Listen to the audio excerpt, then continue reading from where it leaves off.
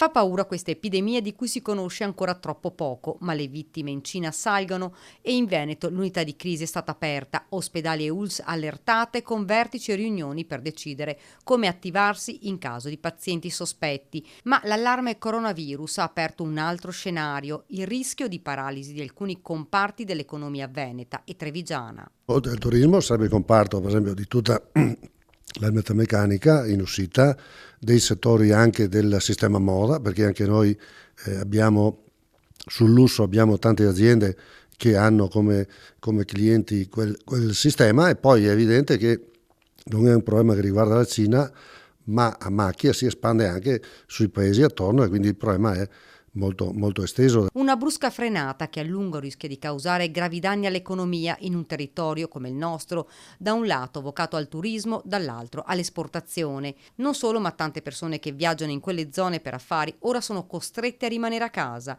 I collegamenti per ora sono interrotti o ridotti al lumicino.